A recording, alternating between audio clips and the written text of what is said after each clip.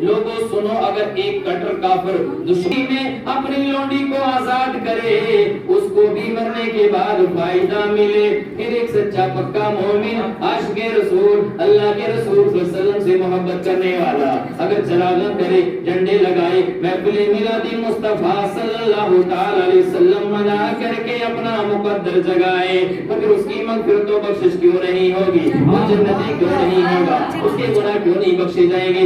یقیناً بخشے جائیں گے۔ اور جشن عید میلاد النبی، سرکار کی آمد، سردار کی آمد، مختار کی آمد، رسول کی آمد، مفتی کی آمد، مفتی کی آمد، صحابہ کی آمد، یاسین کی آمد، نعرہ تکبیر، نعرہ رسالت۔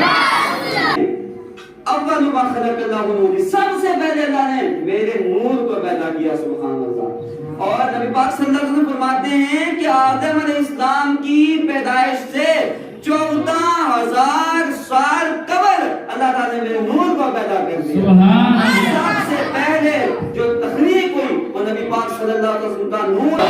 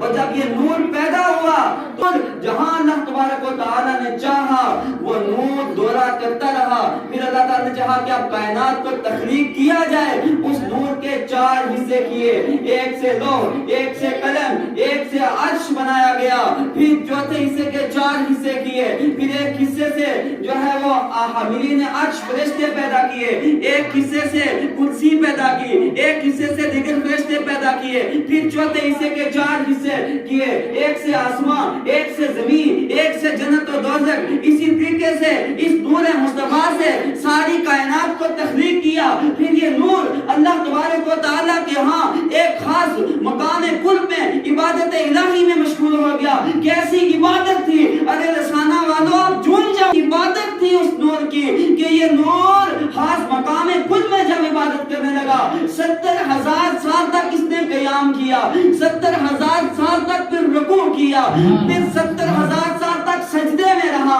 جب سجدے سے سر اٹھایا نا تو فجر کی نماز فرض ہو گئی، پھر یہ نور دوسری رکعت کے لیے کھڑا ہوا، 70,000 سال تک پھر قیام کیا، پھر 70,000 سال تک رکوع کیا، رکوع میں گیا تو پھر ظہر اور عصر فرض ہو گئی، پھر سجدہ کیا تو مغرب اور عشاء فرض ہو گئی، اس کے بعد پھر اس نور نے 2 نفل ادا کیے، اس انداز سے 2 نفل ادا کیے کہ جب پہلی رکعت پڑھی تو قیام میں 1,000 سال لگ گیا، پھر رکوع 1,000 سال، 1,000 سال قوما، 1,000 سال سجدہ، پھر 1,000 سال جلسہ، پھر 1,000 سال دوسرا سجدہ، اس طریقے سے دوسری رکعت بھی ادا کی، 1,000 سال کی عبادت تھی یہ نماز میں۔ جب اس عبادت سے فارغ ہو گئے اللہ تعالیٰ نے فرمایا اے میرے نبی کے نور، تو نے میری عبادت کا حق ادا کر دیا، بول تو کیا چاہتا ہے، جو مانگے گا میں عطا کروں گا۔ اللہ کے نبی کے نور نے کچھ اور نہیں مانگا، بلکہ میرے نبی کا نور یہ وہ وقت ہے کہ ابھی امت کا ذکر ہی نہیں، ابھی آدم کی امت بھی نہیں آئی، ابھی کسی نبی کی امت نہیں آئی، ابھی نبی زمین پر نہیں آئے، ابھی یہ زمین کا سسٹم نہیں چلا، ابھی کائنات کا سسٹم چلا ہی نہیں، تب کی بات ہے۔ اللہ تبارک و تعالیٰ کے اس سوال پر نبی پاک صلی اللہ علیہ وسلم نور نے جواب دیا، یا اللہ میں جانتا ہوں، مجھے لگتا ہے کہ تو مجھے ایک قوم کی طرف نبی بنا کر مبعوث کرے گا، باتقاضۂ بشریت گناہ سرزد ہوں گے، یا اللہ میں آج اپنی قوم کے لیے تیری بارگاہ میں مغفرت کی دعا کرتا ہوں، مولا میری امت کو بخش دے۔ سبحان اللہ۔ ابھی امت پیدا نہیں ہوئی تھی، اس وقت بھی میرے نبی نے ہمارے لیے دعائیں مغفرت کی۔ جب پیدا ہوئے سر سجدے میں ربی ابنی امتی، معراج کے لیے گئے ربی ابنی امتی، اور جب قبر انور میں رکھے گئے تب بھی ربی ابنی امتی، اور جب نفسی نفسی کا عالم ہوگا قیامت میں تب بھی میرے نبی ربی ابنی امتی کہہ رہے ہوں گے۔ مجھے بتاؤ، اتنا مشفق، اتنا ہمدرد، اتنا احسان کرنے والا نبی کوئی اور بھی تھا؟ کوئی نبی اتنا محسن انسانیت نہیں تھا۔ میرے نبی کے اتنے احسان ہیں، مجھے بتاؤ ہم کیا کر رہے ہیں؟ ہماری ماؤں کو اگر عزت ملی نا تو میرے نبی کا صدقہ، ہم نے اگر اپنے آپ کو پہچانا نا، خود شناس ہوئے نا، میرے نبی کا صدقہ۔ حضرت علامہ محدث دہلوی عبدالحق محدث دہلوی علیہ رحمہ فرماتے ہیں کہ آدم اور عالم، یعنی کہ آدم اور ساری آدمیت اور عالم، سارا عالم جو کچھ ہے، یہ سب نبی پاک صلی اللہ علیہ وسلم کے نور کے ذریعے سے بنایا گیا۔ یعنی کہ نور نہ ہوتا تو کچھ بھی نہ بنایا جاتا، سب نور کے ذریعے سے بنایا۔ اور اللہ کے محبوب صلی اللہ تعالی علیہ وسلم جب اس دنیا میں تشریف لائے، آپ کی جلوہ گری ہوئی، آپ پیدا ہوئے، تو اس وقت جو شیطان تھا نا، وہ چیخ مار کر کے رویا۔ شیطان 4 مرتبہ چیخ مار کے رویا۔ ایک مرتبہ جب اسے ملعون قرار دیا گیا، آقا کریم صلی اللہ تعالی علیہ وسلم کے نور ہی کی وجہ سے، نور محمدی صلی اللہ تعالی علیہ وسلم حضرت آدم علیہ نبی علیہ السلام کی پیشانی میں تھے۔ اللہ تبارک و تعالی تمام فرشتوں کو حکم دے رہا ہے، اذ قلنا للملائکۃ اسجدوا لآدم فسجدوا الا ابلیس، کہ فرشتوں، جب اللہ تبارک و تعالی نے ارشاد فرمایا، اذ قلنا للملائکۃ، فرشتوں سے فرمایا، اسجدوا لآدم، آدم علیہ السلام کو سجدہ کرو، فسجدوا، تو تمام فرشتوں نے سجدہ کیا، الا ابلیس، مگر شیطان اکڑ گیا، سجدہ نہیں کیا۔ اللہ تبارک و تعالی نے اس کی عبادت نہیں دیکھی، سجدہ نہیں دیکھا، اس کی ریاضت نہیں دیکھی۔ اس نے 1-2 سال نہیں، 1-2 دن نہیں، 400-500 سال نہیں، بلکہ 6 لاکھ سال اللہ کی اس نے عبادت کی تھی۔ اگر اس کے سجدے زمین پر بچھا دیے جائے، زمین پر کوئی ایسا ٹکڑا باقی نہیں رہتا ہے جہاں شیطان کا سجدہ نہ ہو، اس قدر اللہ کی عبادت کی تھی۔ لیکن اللہ تبارک و تعالیٰ کے محبوب کی، اللہ تبارک و تعالیٰ کے نبی کی جب اس نے نافرمانی کی، گستاخی کی، بے ادبی کی، توہین کی، تو اللہ تبارک و تعالیٰ نے فوراً کہا میری جنت سے نکل جا، تیری کوئی ضرورت نہیں ہے، تو ملعون قرار دیا گیا ہے، تو ملعون ہو گیا ہے، مردود ہو گیا ہے، شیطان ہو گیا ہے، ابھی کے ابھی تو نکل جا۔ تو اللہ تبارک و تعالیٰ نے جب شیطان کو ملعون قرار دیا تو اس وقت وہ جو ہے چیخ مار کر کے رویا۔ جب اس نے آسمان سے دنیا کو دیکھا تو اس کو چیخ مار کر کے رویا۔ دوسری مرتبہ سورہ فاتحہ کا نزول ہوا، وہ سورہ فاتحہ جو اللہ کے محبوب صلی اللہ تعالی علیہ وسلم کی خصوصیت ہے کہ اللہ تبارک و تعالی نے محبوب پاک صلی اللہ تعالی علیہ وسلم کو امت کے لیے سورہ فاتحہ دی کہ تو سورہ فاتحہ پڑھے گا، یہ شفا بھی ہے، یہ دعا بھی ہے، یہ سورہ فاتحہ حمد بھی ہے، یہ تمہید بھی ہے، یہ سورہ فاتحہ اس کے بہت بڑے فائدے ہیں۔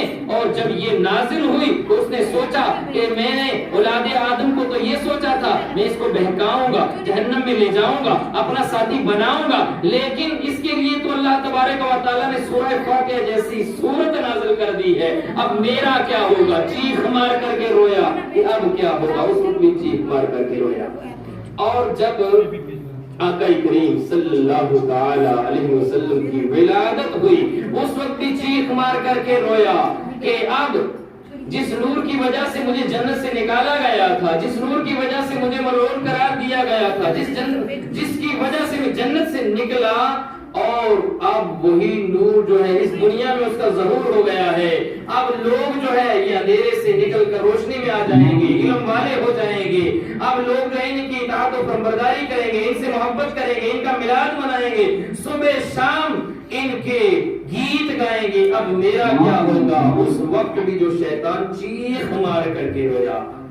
تو حضرات شیطان چیخ مار کر کے رویا، اسے یہ اچھا نہیں لگا کہ نبی علیہ السلام کی ولادت منائی جائے. نبی پاک کی ولادت کی اس نے خوشی نہیں منائی بلکہ چیخ مار کے رویا.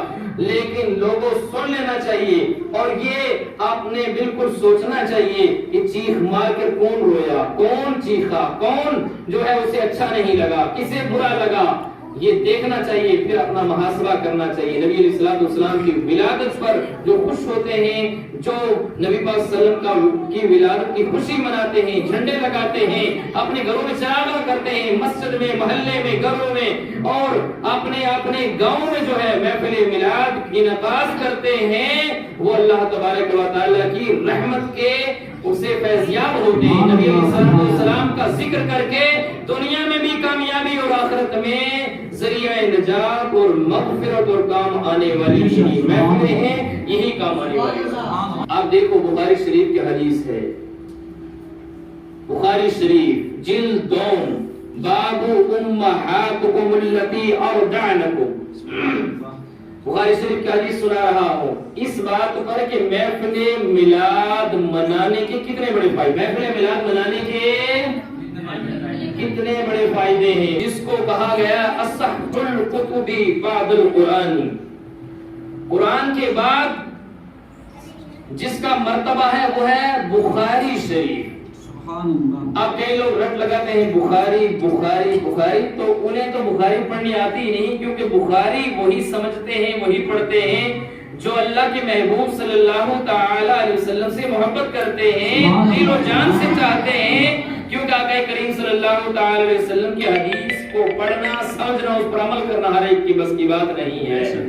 تو یہ بخاری شریف جلد 2 کے اندر یہ حدیث موجود ہے. جب آقا کریم صلی اللہ تعالی علیہ وسلم اس دنیا میں تشریف لائے، پیدا ہوئے، تو ابو لہب جو رشتے میں آقا کریم صلی اللہ تعالی علیہ وسلم کا چاچا ہے، لیکن بظاہر آقا کریم صلی اللہ تعالی علیہ وسلم کا رشتے میں تو چاچا ہے لیکن دشمن رسول ہے. آقا کریم صلی اللہ تعالی علیہ وسلم کی بہت گستاخیاں کرنے والا ہے، دشمن رسول ہے.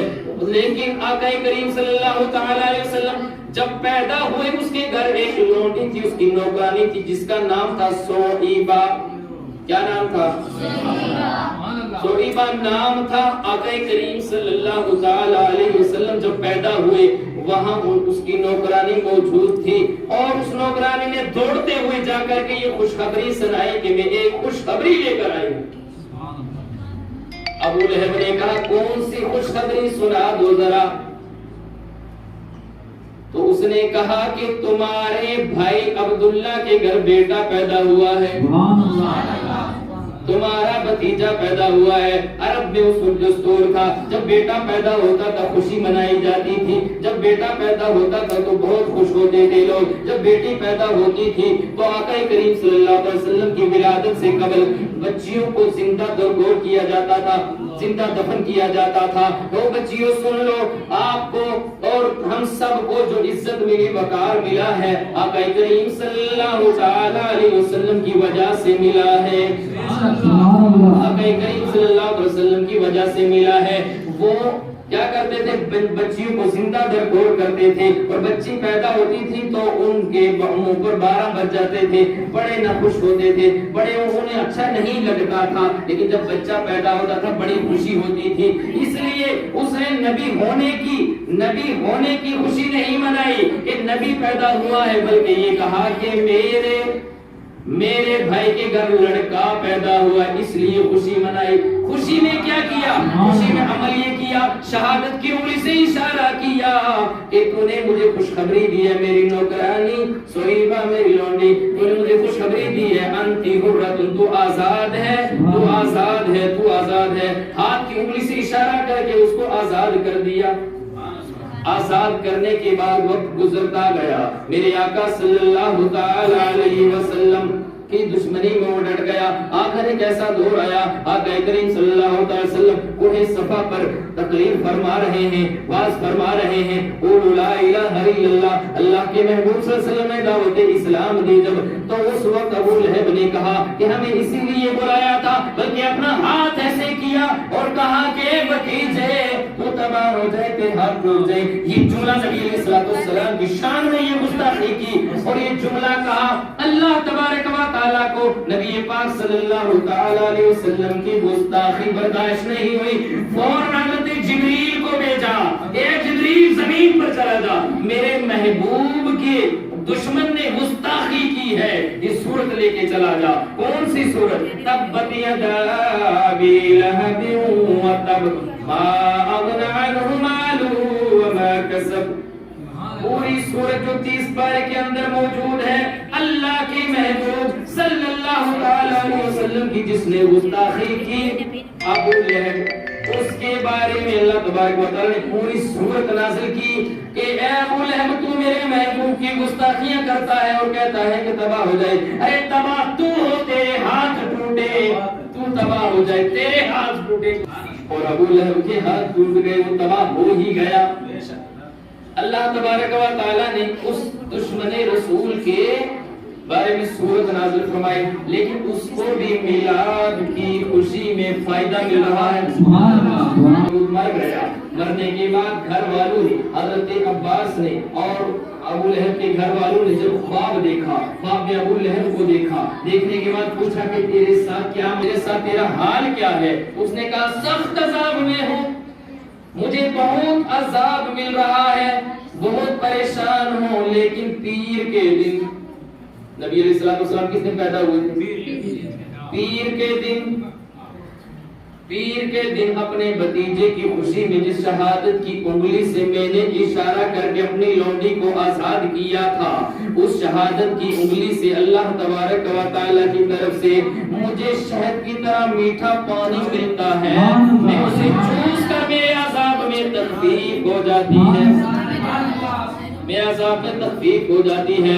لوگوں یہاں پر شاہ عبد الحق محدث دہلوی رحمۃ اللہ علیہ نے ایک بڑی پیاری کتاب, اپنی کتاب میں ایک بہت پیاری بات لکھی ہے.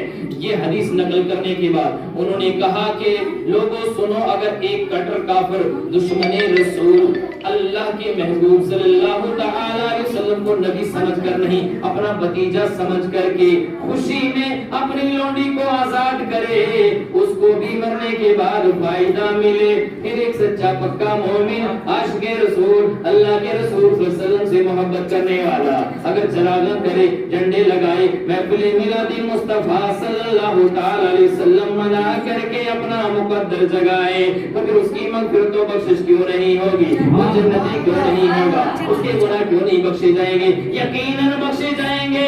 اور یہ محفل میلاد ہم سب کے لیے ذریعہ نجات, ذریعہ اعلیٰ حضرت امام احمد رضا فاضل بریلوی رضی اللہ تعالی عنہ فرماتے ہیں, وہ جو نہ تھے تو کچھ نہ تھا, وہ جو نہ ہو تو کچھ نہ ہو, وہ جو نہ تھے تو کچھ نہ تھا, وہ جو نہ ہو تو کچھ نہ ہو.